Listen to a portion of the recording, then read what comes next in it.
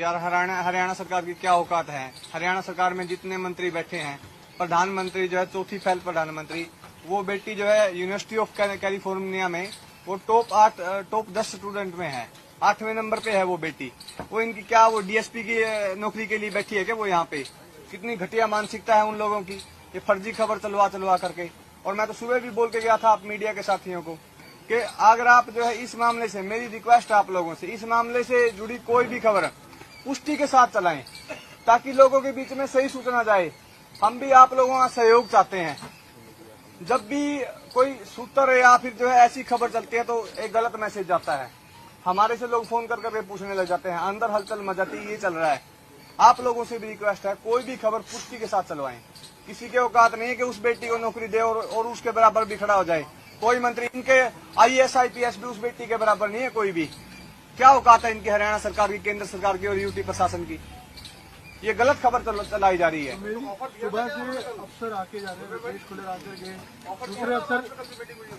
मेरी अभी परिवार से बात हुई, परिवार ने सीधा कहा इनकी कोई औकात नहीं है कि ये हमें जो है किसी नौकरी का या फिर जो है कोई और लालच दे करके हमें जो है शांत करवाने की कोशिश करें। परिवार का इस पे स्टैंड क्लियर है, ना तो इस तरह की कोई किसी मांग पे विचार किया जाएगा, ना इस तरह की कोई मांग सुनी जाएगी। नहीं, वो तो ठीक है, आपकी बात की मांग नहीं सुनी जाएगी, हम आपकी बात समझ गए। पर सरकार अपनी तरफ से तो कुछ कह ही सकती है, तो उन्होंने कहा या नहीं कहा?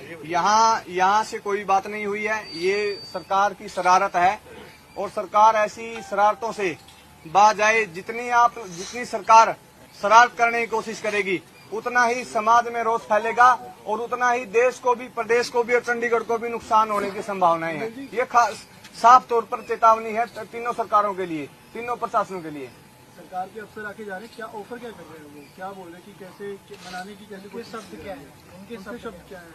सरकार जो है एक तरीके से हाउस अरेस्ट का जो स्थिति है वो बनाने का प्रयास कर रही है। आप देखिए हरियाणा के जो PCS हैं, CS हैं, ACS हैं, वो आते हैं, वो बातचीत करते हैं बहन जी से, फिर वो निकल जाते हैं 2 घंटे के बाद। क्या बातचीत कर रहे हैं? मतलब एक मिनट भाई साहब, जो सरकार का मैसेज लेकर आ रहे हैं वो परिवार के, उसके बाद जस्ट बाद मंत्री आ जाते हैं, फिर मंत्री निकलते हैं, फिर अफसर आ जाते हैं। ये जो लोग आ रहे हैं मिलने जुलने, जो वाई पूर्ण जी के जो साथी थे, जो उनके शुभचिंतक थे, उनसे ना मिलने देने का एक प्रयास है और पब्लिक से भी बातचीत ना करने देने का एक प्रयास है सरकार का। सरकार जो है कार्रवाई की तरफ बढ़ नहीं रही है। बातचीत के अलावा, बातचीत के बजाय सरकार को कार्रवाई की तरफ बढ़ना चाहिए। भाई 2-2 घंटे आ रहे हैं, बात कर रहे हैं, अफसर आ रहे हैं, कोई 2 घंटे बात तो ही होगी ना, कुछ उस बारे में कुछ क्या वो कैसे कर रहे हैं? 2 घंटे वो तो ये कह रहे हैं कि आप जो सभी मांगे छोड़ दो हमारे पे। वो आश्वासन दे रहे हैं कि हम कार्रवाई कब करेंगे। आज 6ठा दिन हो गया, डेड बॉडी रखी हुई है। आप जो इतने असंवेदनहीन कैसे हो सकते हो? जिन लोगों का नाम लिखा हुआ है साफ तौर पर, 3-4 घंटे बैठे रहे, क्या उन मंत्रियों में कोई औकात नहीं है, चाहे वो कृष्णलाल बेदी हो, चाहे वो कृष्णलाल पंवार हो। दोनों ही सरकार के जो है वो एक फिल्म का डायलॉग है, काते हैं कुत्ते।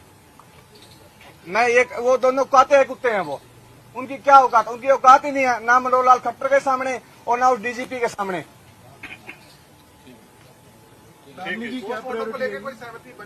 कोई सहमति नहीं बनी। मैंने शुरुआत इस चीज से कही थी, पोस्टमार्टम के लिए कोई सहमति नहीं बनी है।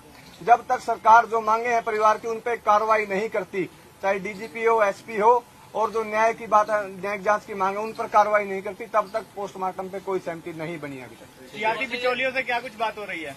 मैंने बताया तो वह काते हैं कुत्ते हैं, वो क्या बात करेंगे? उनकी क्या औकात है परिवार को कुछ देने की या वो कोई नौकरी ऑफर करने की? बाकी संदीप जी सारी बता देंगे।